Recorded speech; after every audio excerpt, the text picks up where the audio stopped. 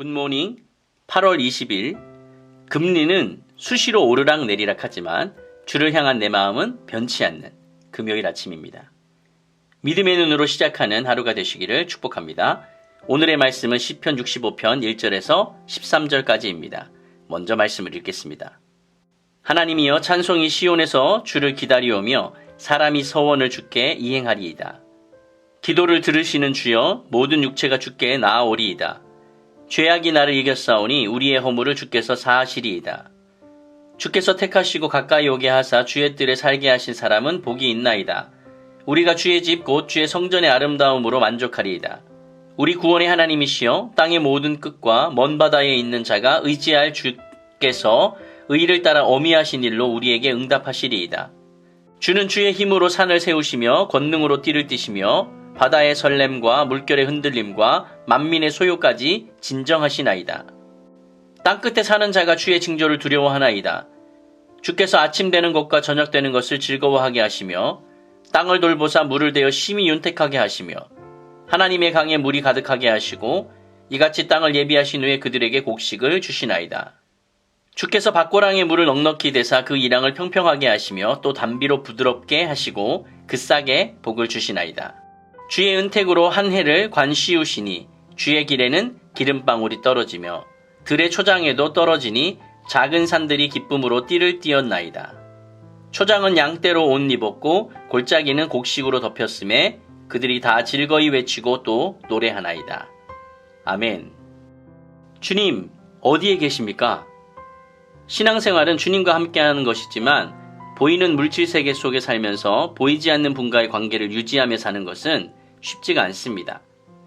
특별히 삶이 어려울 때면 이 질문은 남의 일 같지 않습니다. 이런 상황에서 신자라면 어떻게 살아가야 할까요? 첫 번째는 믿음의 눈을 위한 기도를 하며 살아야 합니다. 시편 여러 곳에서 시온은 시온산이라고 불려집니다. 시온은 여호와의 산이며 여기에 건축되어 있는 성전은 하나님의 현존을 가장 강력하게 표시하는 장소입니다. 1절입니다. 하나님이여 찬송이 시온에서 주를 기다리오며 사람이 서원을 주께 이행하리이다. 문자적으로 이 구절을 해석을 해보면 당신을 향한 침묵이 찬송입니다. 하나님이여. 이렇게 읽혀집니다. 시인은 아마 잠잠히 하나님이 응답하실 때까지 하나님만을 기다리는 상황인 것처럼 보여집니다. 서원의 내용은 밝히고 있지 않지만 시온에서 하나님께 서원을 갚기까지 함부로 말하지 않는 고요한 기다림의 시간이 결국 찬양의 시간이 될 것입니다. 예전에 수도원에서 수행하던 수도사들은 무건수행이라는 것을 했습니다. 그래서 아마 사찰에서도 이런 일들을 하시죠. 무건수행. 이 무건수행을 통해서 말을 아끼고 하나님께 나아가는 연습을 하기도 합니다. 우리 주님은 온 땅의 창조주이시고 모든 생명이 살아가도록 돌보시는 분입니다. 단지 그분의 일하시는 것이 안 보일 뿐입니다. 그래서 믿음의 눈이 필요합니다. 그분 관점으로 세상을 보고 삶과 역사의 크고 작은 일에 그분의 간섭하심이 있기를 인정하게 하는 유일한 방법이 바로 이것입니다. 우리에게 없는 것이기 때문에 더욱 애써 기도해야 합니다. 기다린다는 것은 참 힘든 일입니다. 특별히 무언가 알아차릴 만한 사인이 없을 때 더욱더 그렇습니다. 이럴 때 보면 아브라함의 그 기다림의 시간이 얼마나 힘들었을지는 상상도 할 수가 없습니다.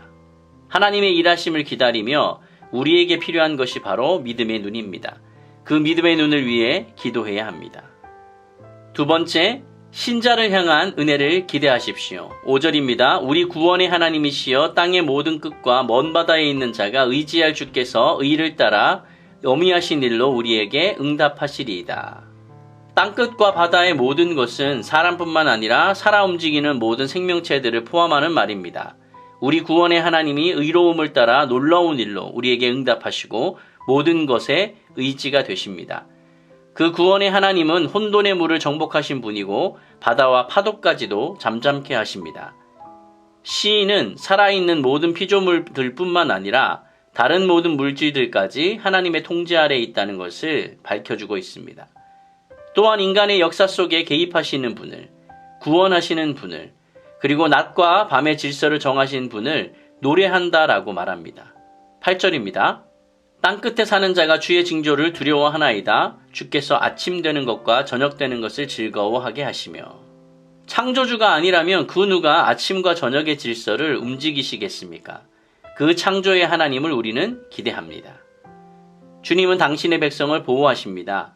그분의 은혜를 기대하십시오. 어떤 방식인지는 감히 알 수 없지만 신자들에게 최선을 다해 최선으로 대하십니다. 삶의 바쁨이나 문제에 압도되어 기대감을 잃어버리지 마십시오. 아버지는 지금도 이미 우리에게 필요한 은혜들을 베풀고 계십니다.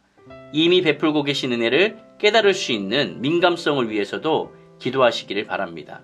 주의 자비는 우리 곁에 이미 와 있습니다. 아멘. 세 번째입니다. 신자들은 믿음의 찬양과 고백을 해야 합니다. 11절입니다. 주의 은택으로 한 해를 관씌우시니 주의 길에는 기름방울이 떨어지며. 은택이라는 말은 하나님의 호의, 하나님의 친절을 가리키는 말입니다.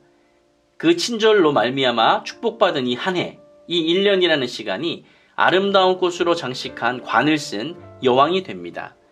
본문에 나오는 길은 마차가 다녀서 다져진 길입니다. 이 길은 수확한 곡물을 실어 나르며 생긴 길에 기름이 떨어질 만큼 풍요로운 상황을 상상하게 합니다. 하나님의 은택은 풍성한 수확에 그치지 않고 푸른 초장에서 이어지는 언덕들까지 기쁨으로 충만하게 합니다. 초장은 양떼로 옷 입었고 골짜기는 곡식으로 덮였습니다. 그들이 모두 환호성을 지르며 즐겁게 노래합니다. 13절입니다. 초장은 양떼로 옷 입었고 골짜기는 곡식으로 덮였음에 그들이 다 즐거이 외치고 또 노래하나이다. 초장과 언덕들과 골짜기가 생명으로 약동하며 양떼들이 안전하고 평화롭게 뛰노는 목가적이고 평화로운 풍경을 묘사하고 있습니다. 생명의 활기가 가득한 땅에서 푸른 잎사귀와 들판의 짐승들이 하나가 되어 하나님의 은택을 노래합니다. 이처럼 하나님은 시온 성전에만 머무시는 분이 아니라 시공간을 초월하여서 창조세계 곳곳을 돌보시며 친절을 베푸시는 분이십니다. 따라서 시인은 시온의 보좌에 앉으신 하나님을 향해, 만물을 새롭게 하시는 하나님을 향해 즐겁게 노래합니다. 주님을 향한 찬양을 놓치지 마십시오. 흥얼거리는 노래가 아니라 마음에서부터 우러나오는 감사와 칭찬입니다. 신앙은 관계이고 그 관계는 서로 표현해야 합니다. 달라고만 하지 말고 마음 깊은 존중과 감사의 찬양을 입술과 삶으로 표현하고 살아야 합니다. 사랑을 받기만 하는 것이 아니라 사랑을 나눠주어야 합니다. 서로 간에 이런 것이 주고받는 것이 관계라는 것입니다. 이렇게 할 때 주님과의 관계가 깊어질 것입니다. 말씀을 정리하겠습니다. 신앙생활은 마치 돌을 닦듯이 혼자 참고 견디는 것이 아닙니다.